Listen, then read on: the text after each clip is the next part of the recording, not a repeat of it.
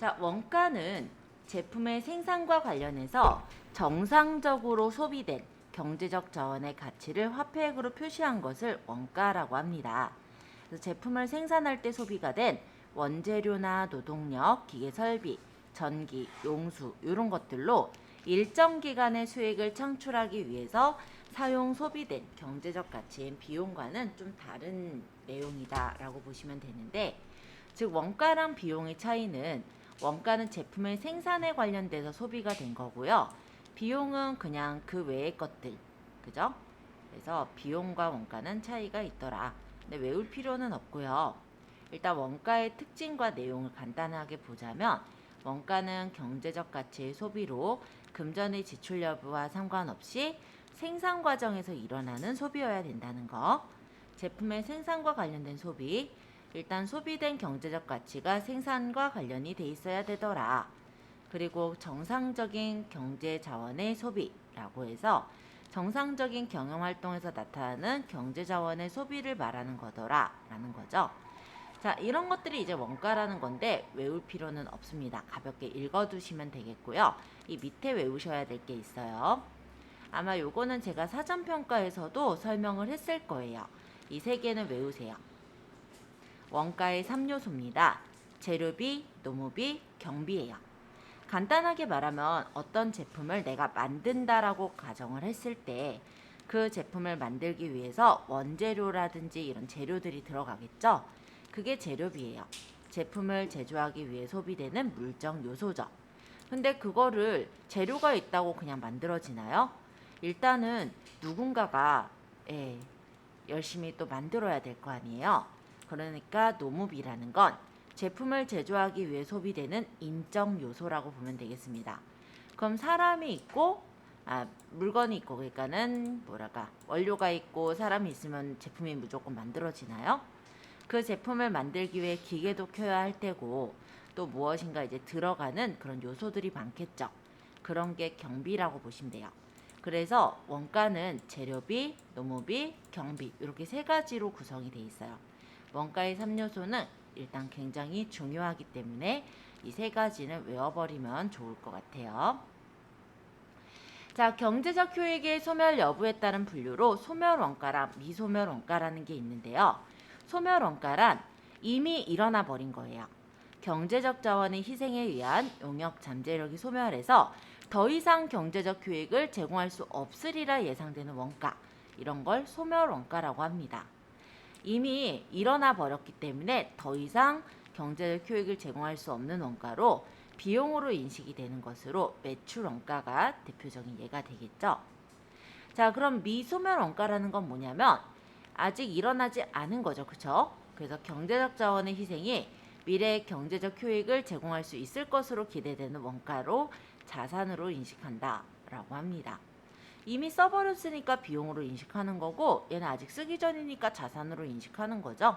간단하게 그렇게 생각하시면 되는데, 소멸원가, 미소멸원가라는 단어로 기억하려면 조금 복잡한 느낌일 거라, 소멸원가는 아직 안 썼으니까 다 써버렸으니까 비용으로 인식이 되는 거고, 미소멸원가는 소멸이 안 됐으니까 자산으로 인식되겠구나, 이렇게 생각하시면 돼요. 자, 원가 행태에 의한 분류를 따져보자면, 원가 행태란 원가를 변화시키는 요소인 조업도의 변화에 따라 나타나는 원가의 반응을 말하는데요. 이 조업도라는 거는 간단하게 우리가 풀어서 말하면 얼마나 많이 만들었나, 그 만드는 정도를 말한다고 생각하시면 이해가 좀 쉬울 것 같아요. 자, 조업도는 기업의 생산 설비의 이용 정도를 나타내는 지표를 말하는 것으로 생산량, 작업시간, 기계시간 이런 것들을 사용합니다. 자, 그럼 원가 행태에 따라서는 변동비와 고정비, 그리고 준고정비, 준변동비라는 것들이 있어요. 일단 고정비랑 변동비부터 먼저 따져볼게요. 조업도의 증감에 따라 변하는 원가를 변동비라 한다. 자, 변동비라는 거는 내가 일을 많이 하면은 변동비가 많이 생기고요. 일을 적게 하면은 변동비가 적게 생겨요. 그런 게 바로 변동비예요. 그래서 변동비는 조업도가 증가하면 총 원가는 비례해서 증가하지만 단위당 원가는 일정하다. 이 단위당 원가라는 말로 들어가면 되게 어려운 느낌이실 거니까 한 개당 원가로 생각을 해버리죠. 하나당 원가는 일정하게 들어간다라는 거예요. 예를 들어 이렇게 생각을 하는 거죠. 이런 볼펜을 만들 때 이 재료가 하나씩 들잖아요. 그쵸? 내가 볼펜을 100개 만들면 이 재료도 100개가 들겠죠. 근데 이 볼펜을 100개 만들 때 그 100개 중에 하나에 대한 원가는 요거 그냥 한 개. 그쵸? 그렇게 생각하시면 돼요. 그래서 변동비라는 거는요, 그냥 내가 일 많이 하면 그대로 쌓이는 재료비와 같은 것들이 일종에는 변동비라고 보시면 되겠습니다.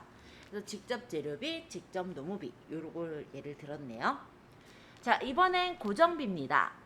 조업도의 증감과 관계없이 관련 범위 내에서 항상 일정하게 발생하는 원가를 고정비라고 해요. 자, 어떤 걸 예를 들면 되냐면 임차료.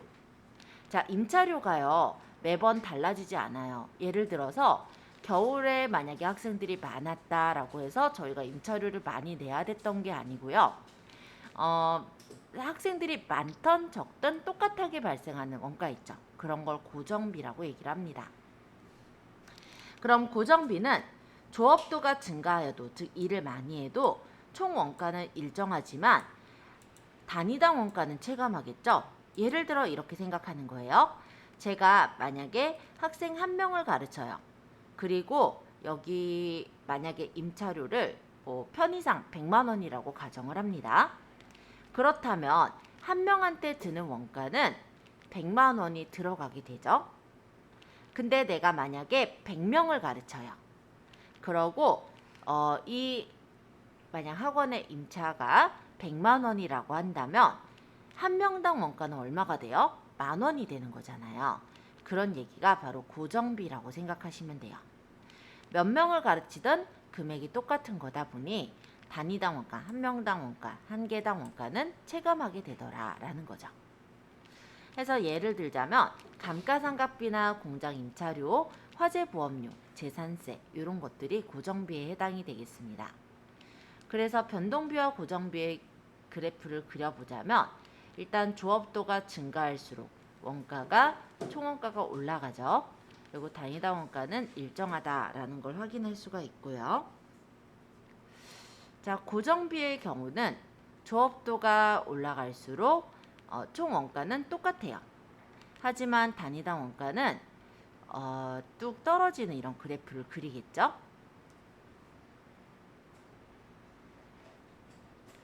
자, 그럼 준변동비와 준고정비. 준변동비라는 거는 생산량이 하나도 없어도 일정한 고정비가 발생을 하는 거고요. 생산량이 늘어나면 추가로 변동비가 발생하는 그런 형태의 원가가 바로 준변동비가 되겠습니다. 자, 이 준변동비는 이렇게 생각해도 좋을 것 같아요. 우리 통신요금 같은 경우 보통은 이제 요금제를 들고 계시죠?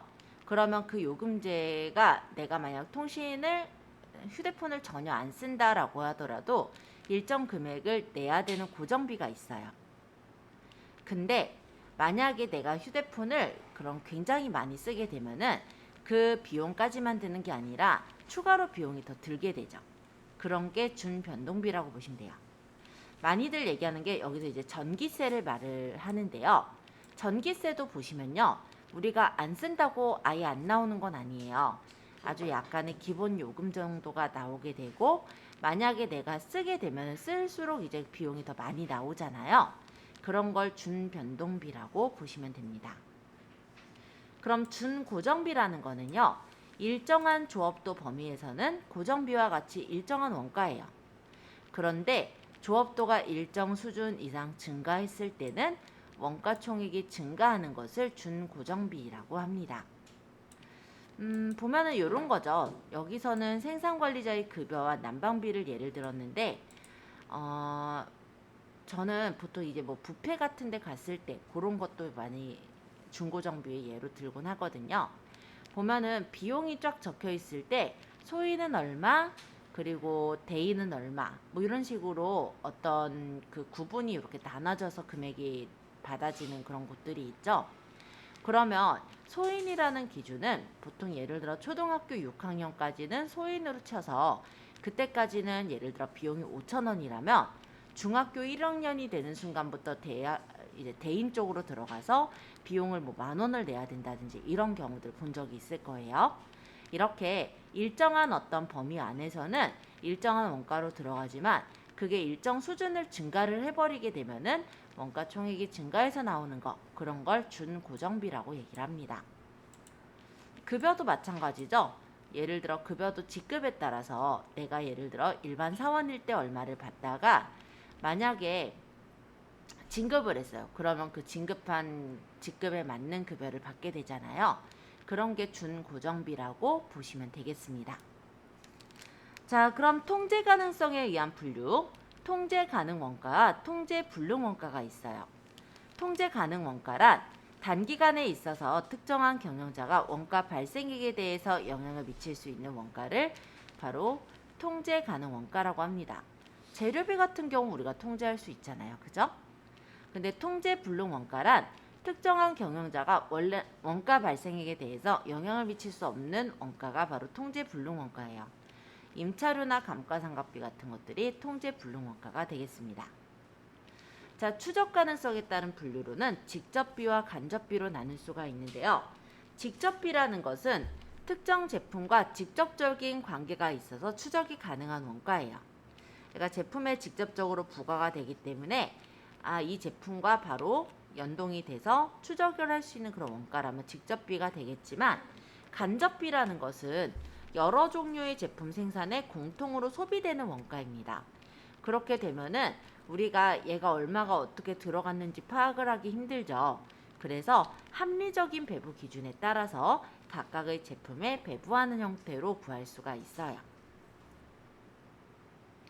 자, 6번. 제조활동과의 관련성에 의한 분류에는 제조할 때 들어가는 원가인 제조원가와 제조 과정이 아닐 때 들어가는 원가인 비제조원가가 있습니다. 제조원가는 제품을 제조하기 위해 소비된 경제적 가치의 소비액으로 재료비, 노무비, 제조경비로 구분을 하고요. 직접비, 간접비로 구분을 해볼 수가 있죠. 그럼 비제조원가라는 거는 판관비 쪽인 거예요. 그러니까 제조활동과 관련이 없는 원가를 비제조원가라고 합니다. 자, 의사결정 관련성에 따른 분류. 자, 여기서 기회원가라는 거는 기회비용이라고 혹시 들어보셨을지 모르겠어요. 원가 요소를 차선의 다른 용도로 사용했을 때 얻을 수 있는 최대 효익을 기회원가라고 합니다. 예를 들어 우리가 만약에 뭐 1,000원이 있다라고 했을 때 우리가 그 1,000원을 어떤 것으로 쓸 것인지 고민을 하잖아요. 예를 들어서 음료수를 사 먹겠다라는 것도 있을 거고, 아니면 학원에 좀 편하게 오기 위해서 차를 타고 오겠다라는 어떤 분류를 해서 나눠볼 수가 있을 것 같아요. 그렇다면 그 중에서 무엇인가의 선택을 하시겠죠. 예를 들어 차를 타고 왔다라고 한다면 우리가 생각을 했을 때 아까 전에 뭐 음료수를 마시겠다라고 했었던 그 기회가 잃어버린 기회가 되잖아요. 그게 바로 기회 원가인 거예요. 그래서 내가 만약에 버스를 타고 왔다, 차를 타고 왔다라고 했다면 그 원가 요소를 만약 음료수를 마셨을 때로 사용했다면 얻을 수 있는 효익이 바로 기회 원가다라고 생각하시면 됩니다. 자, 매몰원가. 요거는 이미 발생한 원가예요. 따라서 의사결정에 영향을 줄 수 없는 원가가 매몰원가입니다. 이미 1,000원을 써버렸다라고 한다면 그걸로 다시 음료수를 사 마실 수는 없잖아요. 그러면 의사결정에 영향을 줄 수 없는 원가가 매몰원가가 되는 거죠. 차액 원가란 선택 가능한 의사결정 대안에서의 원가의 차이 금액을 말하는데 뭐 중요치 않고요. 관련 원가는 의사결정에 영향을 미치는 원가가 관련 원가라면 비관련 원가는 의사결정에 영향을 미치지 않는 원가가 비관련 원가예요. 자, 일단 여기서 알아두실 거 기회원가, 매몰원가 정도는 알아두셨으면 하고요. 그리고 이 위쪽에 보시면은 아까 고정비, 변동비, 중고정비, 준변동비 알아두시고요. 그 다음 소멸원가, 미소멸원가 이거에 대한 내용도 가볍게 알아두세요. 여기 기회원가이고 차선이 무슨 뜻이에요? 다른. 그러니까 아까 제가 고민을 2개를 했죠. 버스를 타고 갈 것이냐 아니면 음료수를 마실 것이냐. 그랬을 때 제가 고른 게 뭐예요? 버스를 타고 온다. 그러면 한 가지 선택 안 한 거 있죠. 그거. 그럼 내가 그렇죠. 버스를 타고 와버렸는데 만약에 음료수를 마셨다라고 했을 때 얻을 수 있는 효익. 네. 그게 이제 기회 비용. 기회. 네? 그게 최대 효율. 뭐 그렇죠. 왜냐면은 우리가 지금 최대 효익이라는 건 그쪽에서 이제 효익이라는 건데 우리가 기회가 하나 이렇게 두 가지 결정 사항만 있는 게 아니라 세 가지, 네 가지, 다섯 가지 이렇게 있을 때 그 중에 하나를 선택했다면 나머지들이 이제 차선의 선택 사항들이잖아요. 여기서 제일 많이 얻는 효익이니까. 지금 저는 이해를 하기 위해서 두 개만 예를 든 거고요. 기회 일단 뭐 1,000원 가지고 예를 들어 음료수만 사 먹겠어요? 뭐 빵을 사 먹을 수도 있었을 거고 뭐 아니면은 그거 가지고 뭐 장신구를 사 가지고 뭐 하고 뭐 걸어갈 수도 있을 거고 되게 여러 가지 그런 의사결정들이 있잖아요. 그 중에 한 가지를 선택을 했다라는 거죠. 그럼 나머지들은 그 중에서 제일 많은 효익을 얻을 수 있는 것 그게 이제 기회 원가라고 보시면 돼요. 최대 효익이라는 건 그런 뜻인데 제가 아까는 두 개만 예를 들어놨어. 그러면은 음료수 마시는 게 버스 타는 것보다 효율이 커요? 아니면 작아요? 클 수도 있고 작을 수도 있죠. 아니, 그 나머지 중에서 최대 효율이 예. 음료수 마시는 것보다. 그러니까 그쵸. 나머지가 제가 아까는 두 가지 방안을 얘기를 했잖아요. 근데 만약에 선택지가 더 여러 개가 있다라고 한다면 그 중에서 만약에 음료수를 마시는 게 제일 최대의 효익일 수도 있는 거잖아요. 그죠? 그게 이제 기회 원가 정도로 보시면 되겠죠. 자, 그럼 좀 넘어가서 원가의 구성도를 볼게요. 여기도 왠지 외우라고 할 것 같죠? 네, 외우셔야 됩니다. 자, 직접 원가는 직접 재료비 플러스 직접 노무비 플러스 직접 제조 경비로 구할 수 있어요.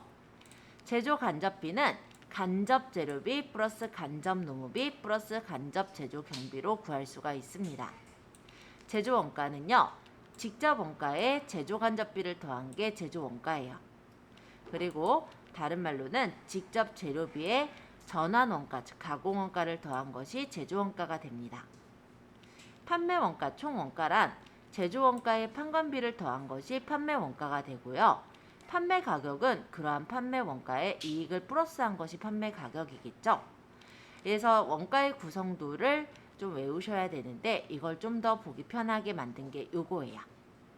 자, 아까 3요소 말씀드렸었죠. 원가의 3요소. 재료비, 노무비, 경비. 물론 경비에는 직접 제조 경비와 간접 제조 경비가 있겠지만요. 자, 어쨌든 재료비, 노무비, 경비인데 직접 재료비, 직접 노무비, 직접 제조 경비만 더했다면 직접 원가가 되는 거고 거기다가 제조 간접비를 더하게 되면 얘가 이제 제조할 때 들어간 원가가 되는 거예요. 그리고 판매하거나 관리할 때 또 돈이 들겠죠. 그래서 판관비를 더하게 되면 판매 원가가 나오고 거기다 이익을 붙인 게 실제 판매되는 가격이다 라고 보시면 되겠습니다. 그래서 원가의 구성도가 이렇게 보면 되게 어렵게 느껴지시지만 이렇게 해서 지금 그냥 뭐랄까 계단 형식의 요 표를 좀 보시면서 외우시면은 아마 쉽게 외워질 거라고 저는 생각이 드네요. 자, 여기서 기초원가라는 건 재료비와 노무비를 더한 게 기초원가예요.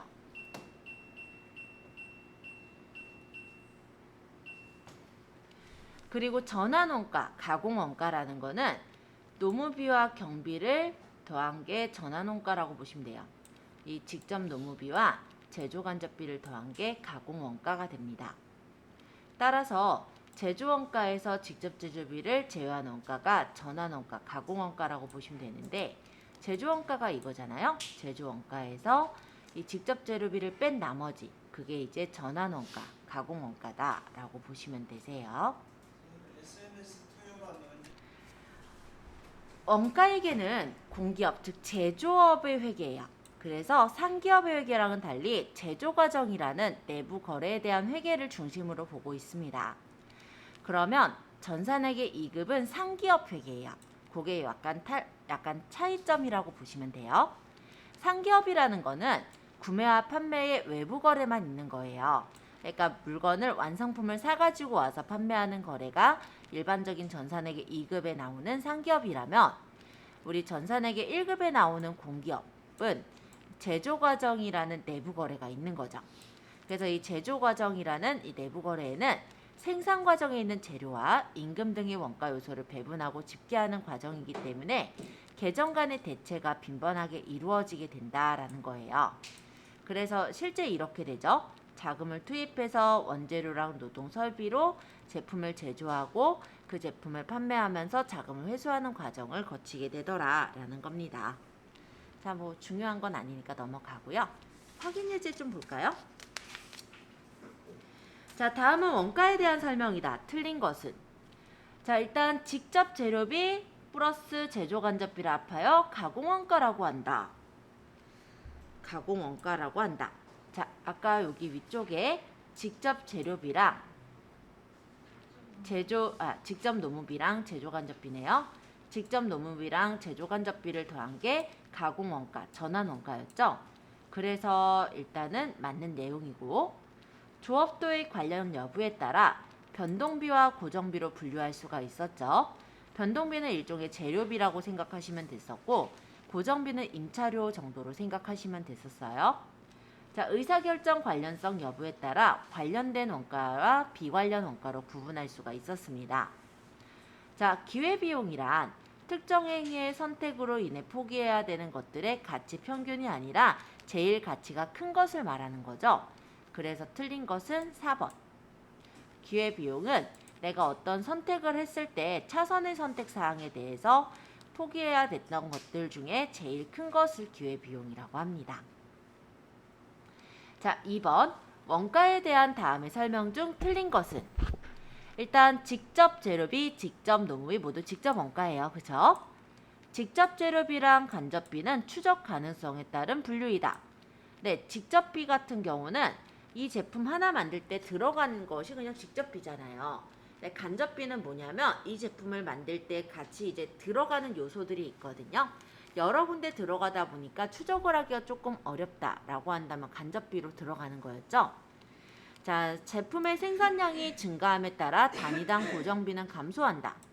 자, 우리가 많이 만들수록 임차료는 똑같기 때문에 하나를 만드는 것에 대한 임차료가 줄어들게 되는 게 맞죠. 아까 제가 한 명 가르칠 때 만약 임차료가 100만 원이라고 한다면 그 한 명에 드는 고정비가 100만 원인 거잖아요.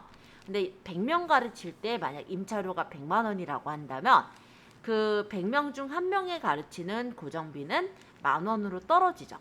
그렇게 많이 가르칠수록 그 단위당, 그러니까 많이 만들수록 그 한 개당 고정비는 감소하게 되는 게 맞습니다. 자, 답은 여기선 4번인데 메모원가는 이미 일어난 원가예요.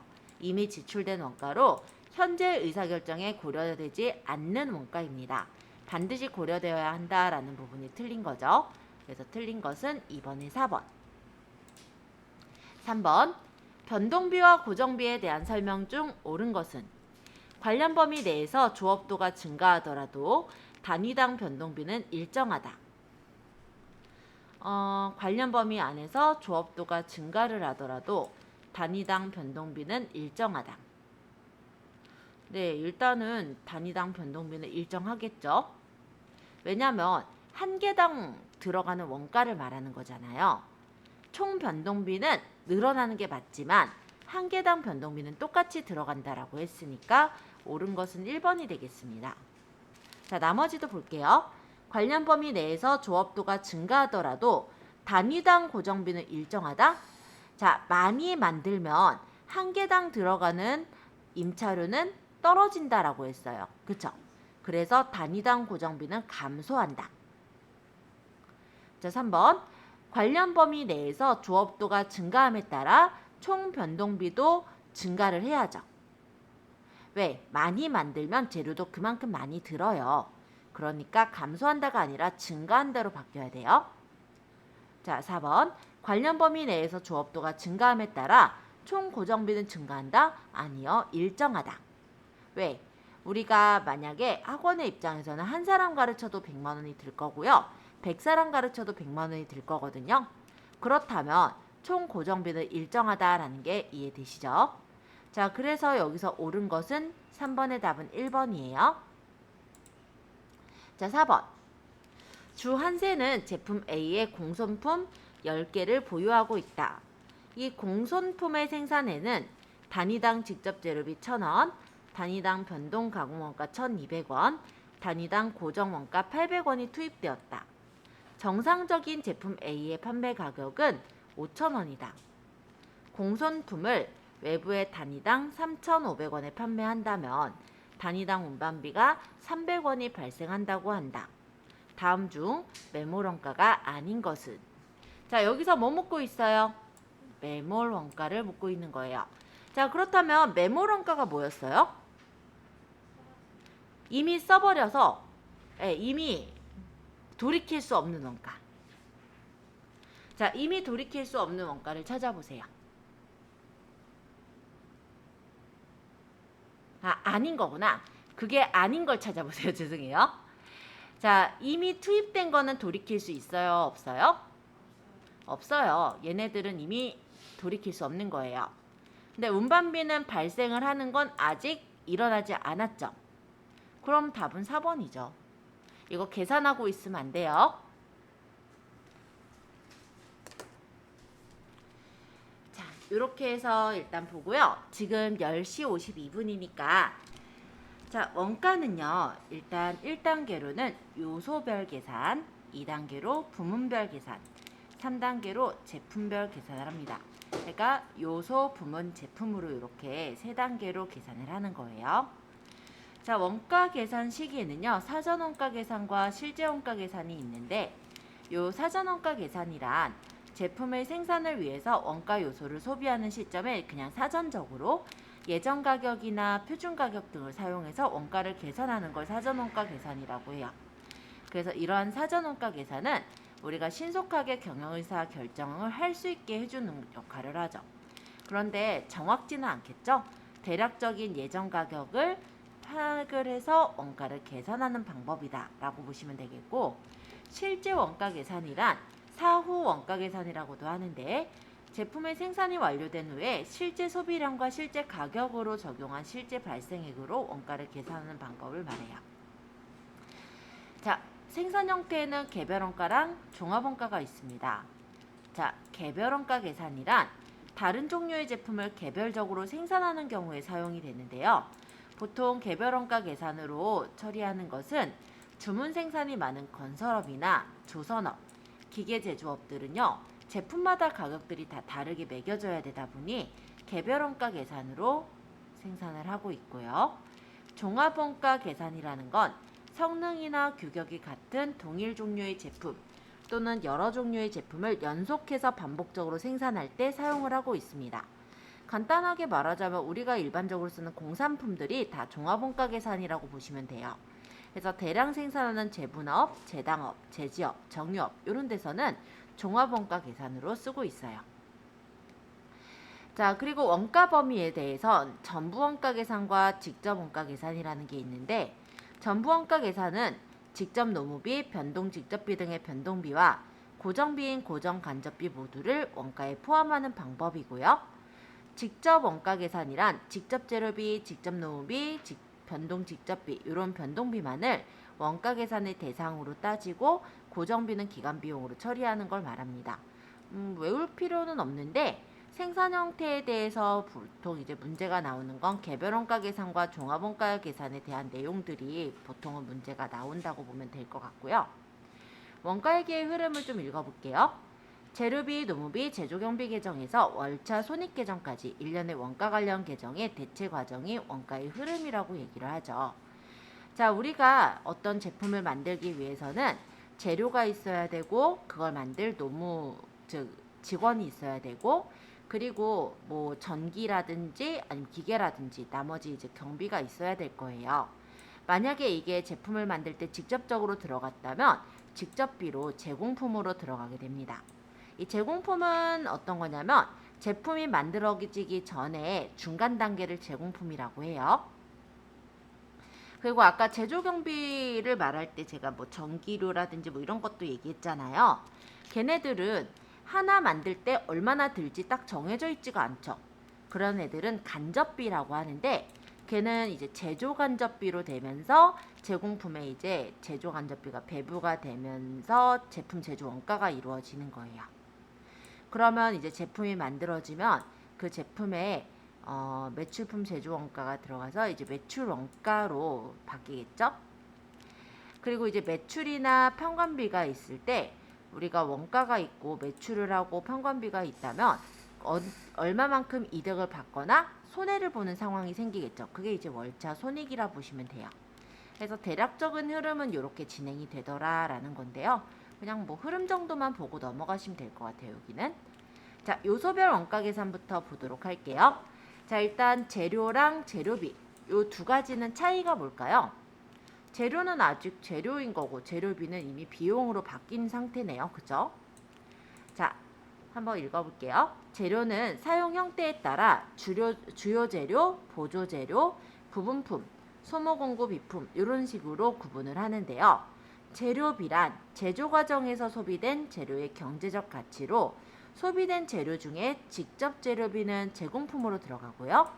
간접 재료비는 제조 간접비로 들어가는 거예요. 그러니까 재료가 있을 때 재료가 전에 이제 남아있던 재료가 있다면 전월 2월일 테고 재료를 우리가 사들인 게 당월 매입이겠죠. 그 중에 우리가 재료를 다 쓰는 게 아니라 당월에 소비하는 게 있을 거고 남는 재료는 다음 월로 2월이 될 거예요. 그죠? 그러면 이번에 소비를 하는 것들은 재료비로 들어가는 거죠. 그죠? 그러면 이 재료비 중에 아까 얘기했듯이 제품에 바로 직접적으로 소비되는 재료비는 직접 재료비라 해서 제공품으로 들어간다는 거고요. 만약에 재료비 중에 간접적으로 들어가는 것들 있죠. 그런 것들은 제조간접비로 들어가게 된다라는 내용이에요. 뭐 어려운 내용은 아니죠? 자, 그러면 노무비의 소비 이 부분도 한번 볼게요. 노무비는 제품의 제조를 위해서 소비된 노동력의 경제적 가치를 노무비라고 합니다. 그래서 임금, 급료, 잡급, 종업원 제수당 이런 식으로 구분을 하는데 노무비를 지급했을 때는 노무비 계정 차변에 기입하고요. 소비액은 대변에 기입하는 형태로 처리를 해요. 자, 노무비 또한 이렇게 진행이 되는데 당월에 지급한 게 있고 당월에 미지급하는 것들이 있습니다. 그리고 전월에 미지급한 게 있고 당월에 소비하는 게 있겠죠. 노무비는 우리가 지급을 할 때는 일단 노무비 그리고 당좌예금 이렇게 들어가는 거고요. 제조간접비 계정에 대체할 때 이 노무비가 사라지면서 제공품 제조간접비로 가는 그런 절차인데요. 이거는 표를 너무 외우는 거는 뭐 좋진 않을 것 같아요. 너무 복잡해 보일 수는 있는데 간단하게만 좀 보죠. 자, 노무비라고 했을 때 이번 월에 소비한 노무비에서 내가 만약에 직접적으로 제품을 만들 때 들어간 거다라고 한다면 직접 노무비로 제공품 계정에 들어가게 되는 거고 이 중에서 간접적으로 들어가는 부분들은 제조간접비라고 해서 간접비 계정으로 들어가게 되더라. 이 정도가 이 부분에선 볼 내용이에요. 자, 노무비 소비액을 보자면 노무비 우리가 지급한 게 있죠. 그 중에 이제 빼기 전월 미지급액에 플러스 당월 미지급액을 더하면 노무비 소비액이 나오게 됩니다. 이게 왜 이렇게 되냐면요. 우리 급여를 받는 날이 보통 보면은 뭐 매월 뭐 25일 뭐 이런 식으로 급여를 받는 날이 정해져 있잖아요. 그러면 내가 노무비를 지급한 것에서는 전월에 미지급한 일부가 있죠. 그거를 빼고 당월에 미지급한 일부를 더해서 보시게 되면은 이번 달에 그 노무비 소비액이 나온다라고 보시면 되겠죠. 조금 헷갈리는 개념이긴 한데 문제를 풀어보시면 조금 이해는 되실 거예요. 노무비 지급액도 마찬가지인데 노무비 소비액에다가 전월에 미지급한 걸 더하고 당월에 미지급한 걸 빼게 되면은 노무비의 소비액 지급액이 나오게 됩니다. 자, 제조경비 소비 볼게요.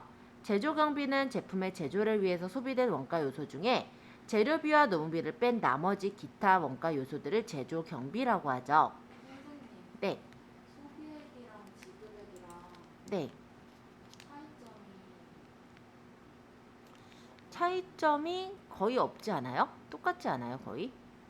이름만 다른 건지. 그냥 얘가 여기로 갔고요. 얘가 여기로 갔고요. 똑같은 거예요. 그러니까 얘랑 얘랑만 바꾼 거라고 생각하시면 돼요.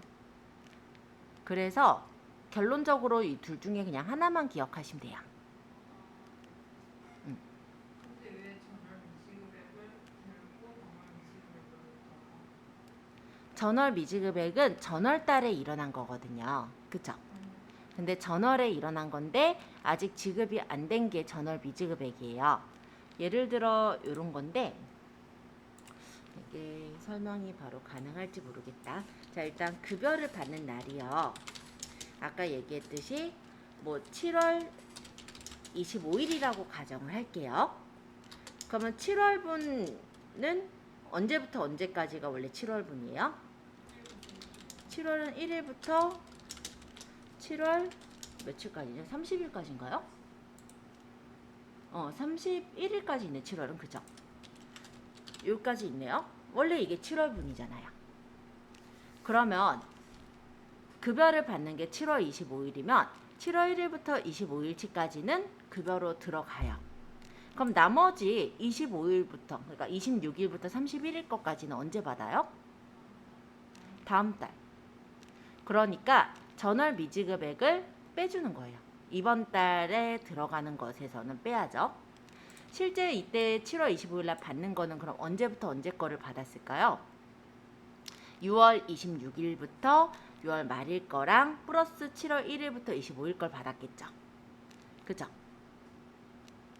이게 우리 6월 달도 보면요. 6월 1일부터 6월 30일까지 있단 말이에요. 그죠? 그러면 6월달 급여는 언제 받았을까요? 마찬가지로 6월 25일날 받았을 거 아니에요. 이거는 어떻게 들어가요? 6월 예를 들어 1일부터 25일까지 내용과 그리고 또 하나가 5월달에 미지급된 그죠? 5월 26일부터 31일분까지가 이 6월 25일날 받은 급여 아닐까요? 그러면 전달에 받은 급여, 즉 전달에 우리가 미지급했던 거, 그거가 여기 포함되어 있기 때문에 걔를 빼라 이거죠. 그리고 당월달, 그러니까 지금 만약에 6월 25일에라고 한다면 당월까지가 30일까지라면 26일부터 30일까지가 빠져 있는 거죠 여기는. 그래서 당월달에 우리가 받아야 되는데 미지급한 금액을 더해주는 거예요. 조금 이해가 되나요? 네, 그렇게 구성이 됐다 봅니다. 얘는 얘랑 왔다 갔다 한 거예요. 그러니까 얘가 여기로 갔느냐, 제가 저기로 갔느냐 이 차이거든요. 그러니까 이게 계정을 보면은 소비액과 지급액이 다르긴 하겠죠. 노무비 소비액이라고 했을 때 노무비 지급액 빼기 전월 미지급액 플러스 당월 미지급액 이렇게 적혀 있잖아요. 그러면 여기서 만약에 노무비 지급액을 구하려면 우리 이거 서로 이제 별을 바꿔주면 되는데 노무비 지급액은 일단 노무비 소비액 그리고 여기 있던 계정이 이쪽으로 가면 마이너스가 플러스로 바뀌죠. 그래서 그리고 여기 있던 이 당월 미지급액이 저쪽으로 가면 마이너스로 바뀌겠죠. 똑같은 거예요 결론적으로는. 그러니까 두 개를 다 외우는 게 아니라 하나만 외우면 돼요. 네, 어떤 얘기인지 좀 이해되시죠?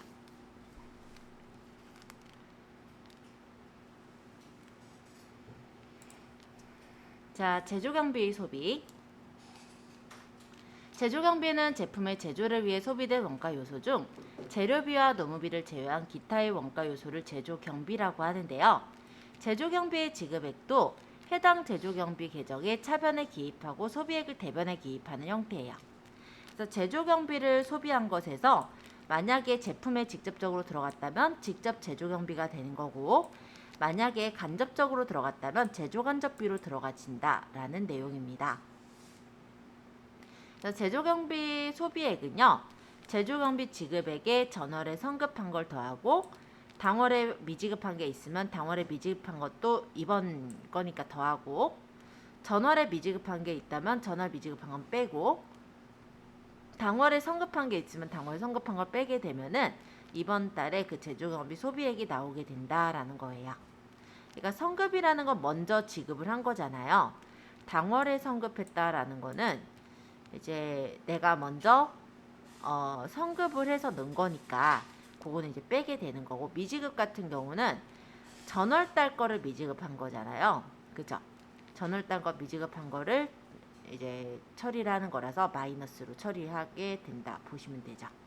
그러니까 요거는 이제 전월 성급액, 당월 미지급액 이런 것들을 좀 생각했을 때 전월에 성급한 거는 전월 달에 이번 월 거를 성급을 했죠. 미리 성급했으니까 더하고, 당월 미지급액은 당월 건데 다음 차월에 지급하려고 미지급한 거니까 더하고, 전월 미지급액은 전월 달에 우리가 미지급을 한 거를 우리가 이번에 지급을 한 거잖아요. 그러니까 전월 달 거니까 빼고, 당월 성급액도 우리가 당월에 이제 성급을 한 거였었죠. 그쵸? 그러니까 그것도 빼고, 이렇게 해가지고 소비액을 구한다. 이런 내용이에요. 자, 제조간접비의 배분. 간접비는 특정 제품의 원가로 추적이 불가능한 원가가 간접비라고 합니다. 그래서 둘 이상의 제품에 공통으로 소비된 원가라고 보시면 되겠고요. 그래서 간접비의 경우는 간접재료비, 간접노무비, 간접제조경비 이런 것들이 집계가 되는데 그냥 적정하게 배부 기준을 사용해서 배부하는 형태로 구하게 됩니다. 자, 제품 제조 원가라는 건 제공품은 제조 과정의 미완성 상태의 것이 제공품이에요. 그럼 제공품 차변에 집합한 직접 재료비, 직접 노무비, 직접 제조 경비, 제조 간접비를 합해서 당월 총 제조 비용이라고 얘기를 해요. 그리고 이 총 제조 비용에 월초 제공품 원가를 더하고 월말 제공품 원가를 빼게 되면은 당월 제품 제조 원가가 나오는 거예요. 그렇게 해서 제품 제조 원가를 구하더라라는 겁니다. 자, 매출 원가라는 거는요. 우리가 이제 당월 제품 제조 원가를 구했다면은 월초에 제품 재고가 있겠죠? 그걸 더하고 월말 제품 재고를 빼게 되면은 그게 이제 매출 원가인 거예요. 자, 그래서 체크 포인트 또 기억하셔야 되는 게 있어요. 자, 어려운 내용은 아닌데요. 이렇게 보니까 되게 어려워 보이죠? 여기를 제가 조금 정리해서 다시 얘기를 해보자면 이렇게 보시면 되는데, 우리가 어떤 상품, 어떤 제품을 만들려면 재료가 있어야 되고요. 그리고 일할 사람이 있어야 되죠.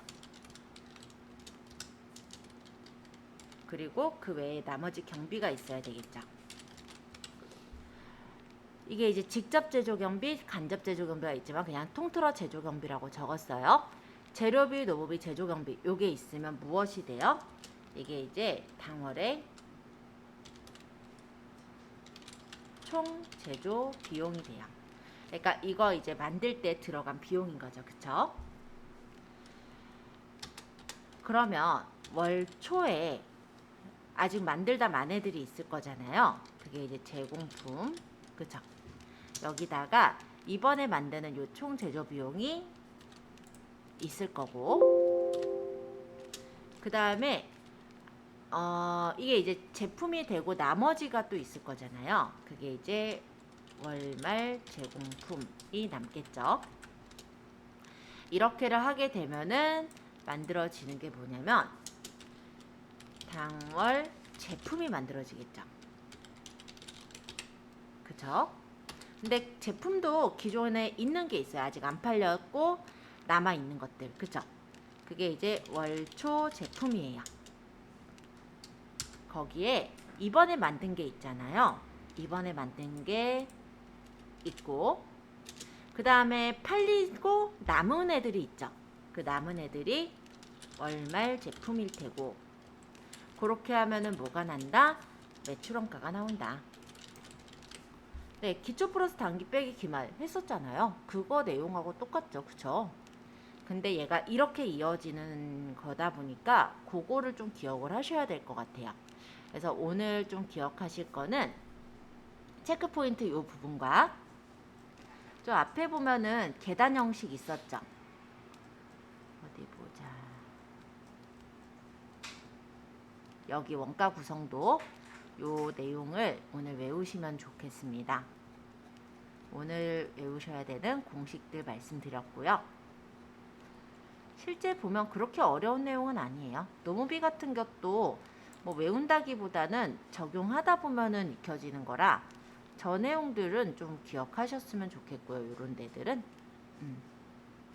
자, 제조원가 명세서 작성 한번 보죠. 제조원가 명세서란 단기 제품 제조원가를 보고하기 위해 작성하는 재무제표의 부속 명세서인데요. 요 저번에 우리 해봤죠.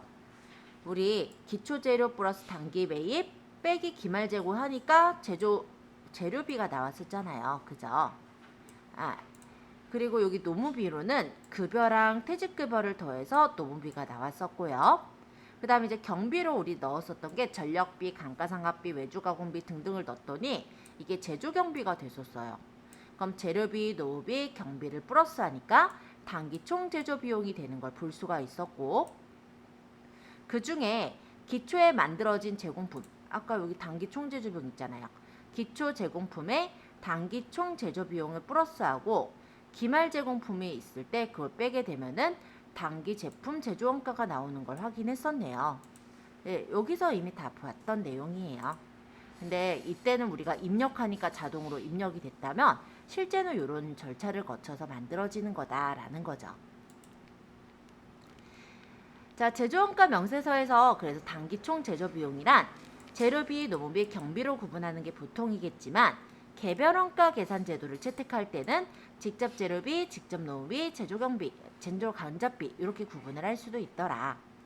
그리고 노무비와 경비는요, 제조부 또는 공장에서 사용한 것만 표시해야 되겠죠? 판매비나 아니면 이제 본사에서 사용한 부분은 손익계산서에 적는 거예요. 이거는 뭐냐면 원가를 만들 때 들어간 거기 때문에 이거는 이제 공장에서 사용한 것만 표시를 하시면 되겠습니다. 그리고 타계정 대체가 생기는 경우가 있었죠. 타계정 대체라는 건 뭐냐면 원래 제품은 판매하기 위해서 만드는 거잖아요. 근데 이거를 뭐 기업주가 쓴다든지 아니면은 직원한테 줬다든지 아니면은 뭐 다른 어떤 판매 이외의 목적으로 사용을 했다라고 한다면 타계정 대체로 처리를 하는 거다라는 거죠. 그래서 얘는 약간 변칙적인 부분인데 결론적으로는 아까 외운 요 내용과 똑같다 보시면 돼요. 단기 총 제조 비용은 재료비 플러스 노무비 플러스 경비 맞죠? 단기 제품 제조 원가가 아까 뭐였어요? 이거 단기 제품 제조 원가잖아요. 기초 플러스 단기 빼기 기말이에요. 기초 플러스 단기 빼기 기말. 근데 타계정 대체가 있으면 그거 빼달라 했잖아요. 그래서 뺀 거예요. 그러니까 식을 또 외울 필요는 없어요. 똑같은 거예요. 자, 확인 예제 보겠습니다. 다음 원가에 대한 설명 중 틀린 것은 제조 원가란 직접 재료비, 직접 노무비, 제조 간접비 맞네요. 자, 직접 재료 원가는 기초 원재료 재고액과 단기 원재료 매입액이 합계해서 기말 원재료 재고액을 뺀 것이 재료 원가다. 맞죠? 기초 플러스 단기 빼기 기말이잖아요. 항상 원가는. 그죠? 자, 직접 노무 원가와 제조 간접 원가의 합계액이 기본 원가이다. 노무비랑 제조 간접비는요, 가공 원가예요. 기본 원가가 아니라. 기본 원가는 재료비 플러스 노무비예요. 얘는 노무비 간접비잖아요. 그러니까 가공 원가로 바꿔주세요. 답은 3번이 틀렸습니다. 자, 제조활동 이외에 판매 관리비잖아요. 판매 관리비는 제조가 아니니까 비제조 원가에 들어가겠죠. 그래서 틀린 것은 3번. 기본 원가가 뭐라고? 직접 재료비 플러스 직접 노무비. 그러니까 재료비, 노무비는 기본 원가예요. 근데 노무비, 제조 간접비는 가공 원가예요.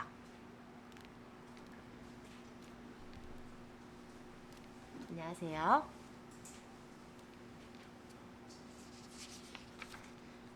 지금 제가 보고 있는 페이지는요, 135페이지예요.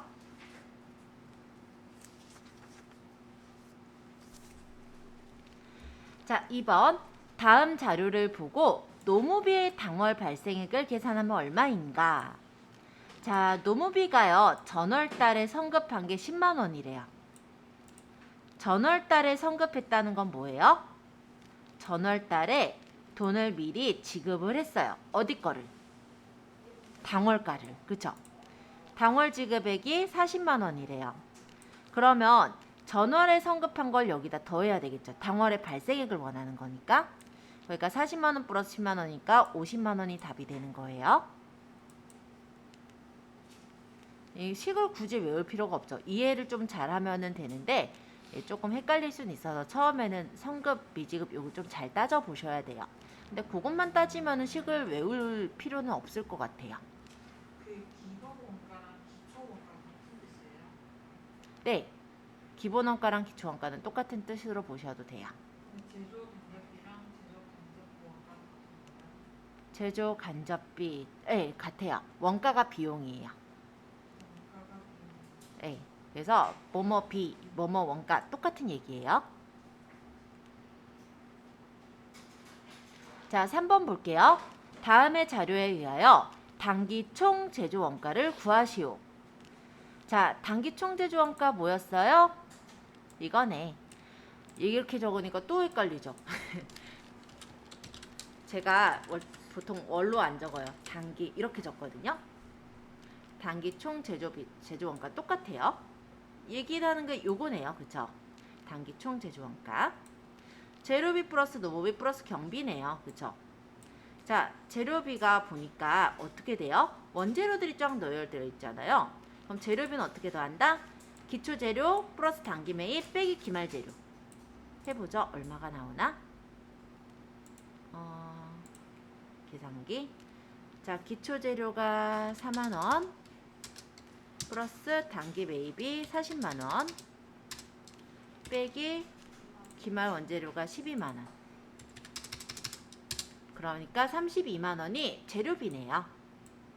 재료비는 32만원. 그러면 재료비는 32만원. 노무비는 여기 적혀있는 300만원.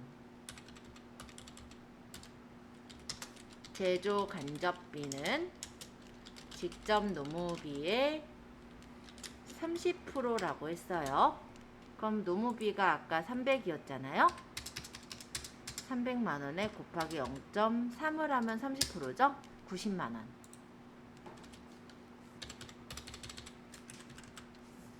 자,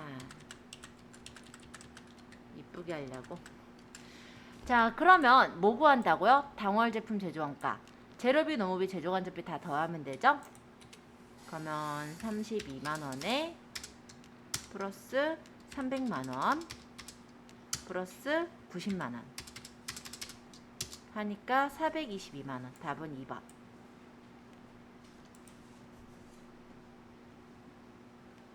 오늘 식 꼭 외우셔야 돼요.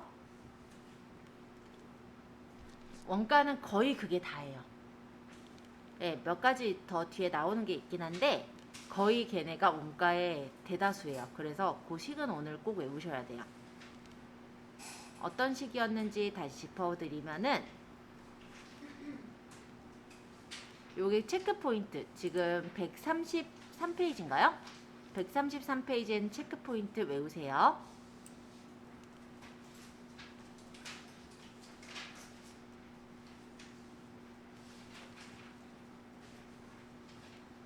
그 다음에 127페이지 원가의 구성도 외우세요. 여기까지를 외우시면 돼요. 나머지는 거기서 이제 파생되거나 지를 짐작해서도 구할 수 있는 문제들이기 때문에 한 번씩 읽어보시면서 대입해서 푸시면 될 것 같고요. 자, 저희 이제 3번까지 했었으니까 4번 얘기할게요. 다음 중 제조원가 명세서에 포함되지 않는 것은? 아까 뭐뭐 나오던가요? 재료비, 노후비, 제조간접비. 얘네를 가지고 단기 총 제조원가를 구했었고요. 그걸 가지고 단기 제품 제조원가를 구했었죠. 근데 이 매출원가는 실제 제조원가가 아니잖아요. 그죠? 제조를 한 걸 가지고 거기다 판관비를 더해야 매출원가가 나오는 거죠. 따라서 제조원가 명세서에 포함되지 않는 건 3번이 됩니다. 아까 제조원가 명세서 잠깐 보고 넘어가자면 일단 재료비, 노무비, 경비 플러스해서 구한 게 단기 총제조 비용이었고요. 제공품 원가, 기초 제공품 플러스 단기 총제조 비용 빼기 기말 제공품 한 게 단기 제품 제조 원가까지 나오는 거예요. 그러니까 여기서 판관비가 더해지는 사항이 아니죠. 그러니까 매출 원가는 안 나온다. 4번의 답은 그래서 3번. 자, 5번 볼게요. 다음 원가 계산 자료 중 단기에 소요된 제조 간접비 금액은 얼마인가? 자, 제조 간접비를 구해라 라는 건데 일단 직접 재료비, 직접 노무비, 기초 제공품, 기말 제공품, 단기 제품 제조 원가 이렇게가 나왔네요. 식을 우리가 기억을 하셔야 돼요. 자, 일단 이 문제도 한번 여기다 다시 표시를 해보자. 자, 일단 우리가 식을 구할 때 재료비 플러스 노무비 플러스 제조 경비 얘네들이 해주면 제조 간접비라 적을게요. 여기 제조 간접비라 적혀 있으니까 제조 간접비나 제조 경비나 똑같아요. 자, 어쨌든 제조 간접비 이렇게 하면 뭐가 된다고요? 단기 총 제조 원가. 총 그죠? 단기 총 제조 원가예요.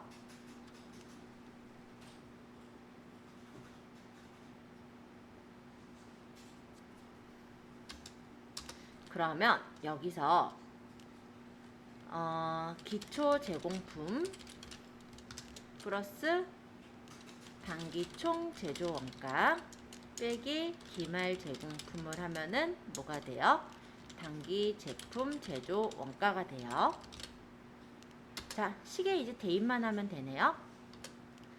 자, 그러면 일단 기초 제공품이 아까 200만 원이었고요. 단기 총 제조 원가는 현재는 몰라요. 그죠? 그리고 기말 제공품이 200만 원이네요. 그럼 단기 제품 제조 원가가 1000만 원이 된대요. 플러스 마이너스 200이니까 단기 총 제조 원가 얼마예요? 1000만 원 하면 되죠, 뭐. 그죠? 그러면 단기 총 제조 원가가 얼마인지 구했고 여기다 이제 대입을 해보죠. 직접 재료비가 300만 원, 직접 노무비가 200만 원, 제조 간접비는 몰라요.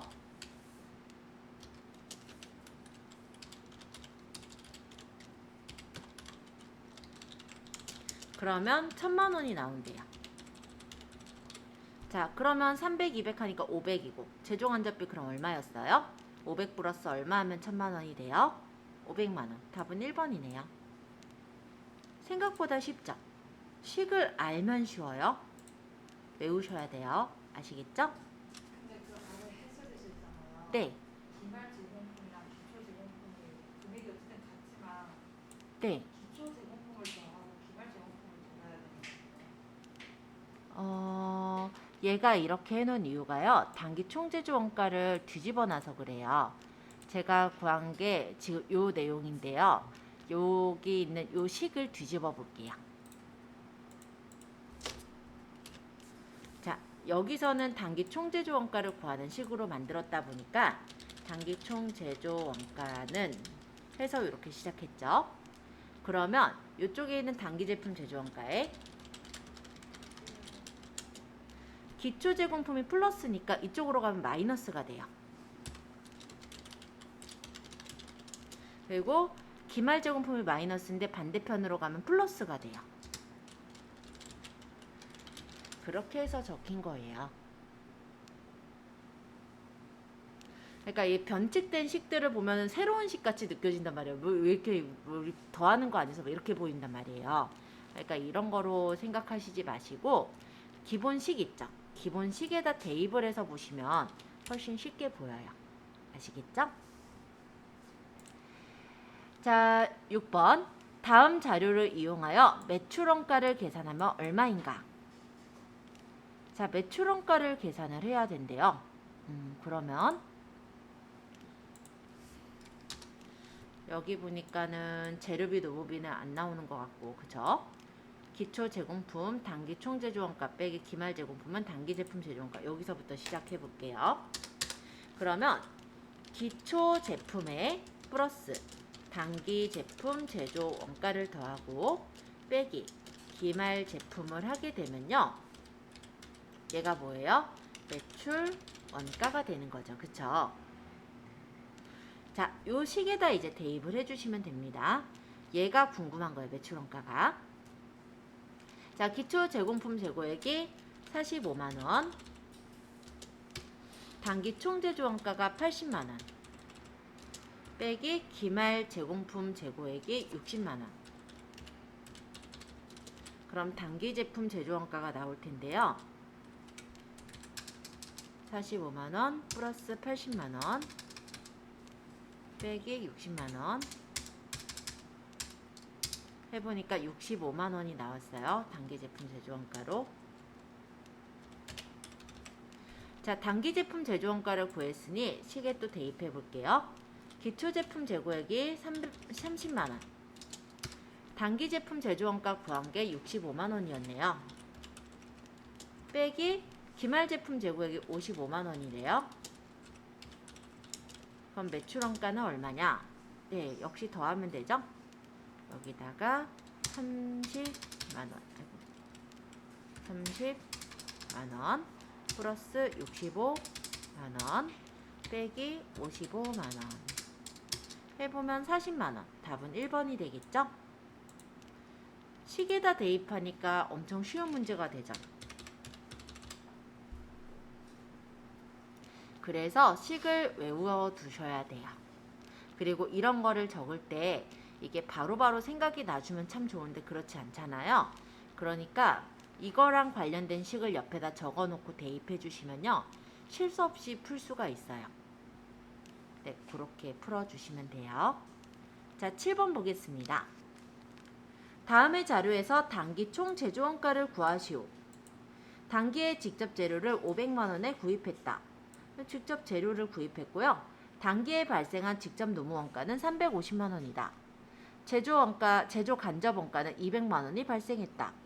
기초 원재료 재고가 50만원이고 기말 원재료 재고가 200만원이다.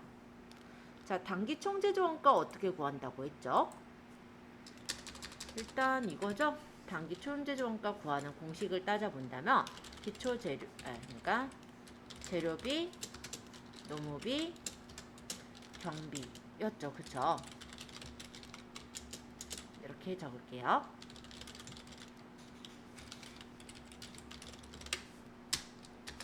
근데 재료비를 구하려면 초재료 플러스 단기 매입 빼기 기말 재료를 했을 때 이게 재료비가 나온단 말이에요. 그죠? 그러면 지금 기초 원재료가 50만원이었고 단기의 매입을 500만원에 했다면서요. 500만원 빼기 기말의 원재료가 200만원 남았대요. 그럼 재료비가 얼마 들었는지부터 따져보자.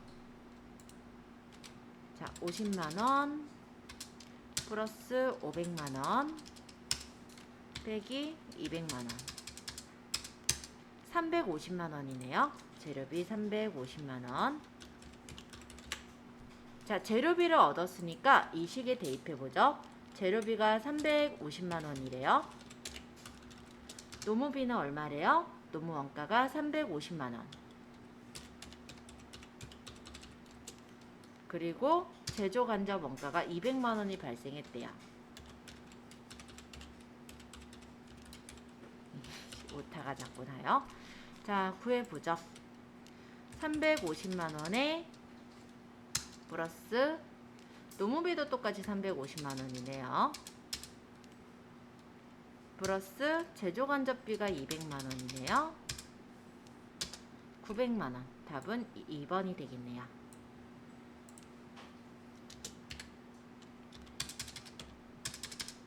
자, 이해되셨어요?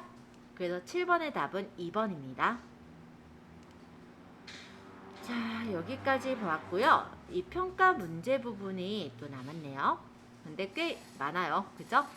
그래서 일단 오늘은 제가 여기까지만 얘는 설명을 하고 다음 시간에 평가 문제를 한 번씩 고민해 오시고 또 설명을 또 하는 걸로 그렇게 하겠습니다.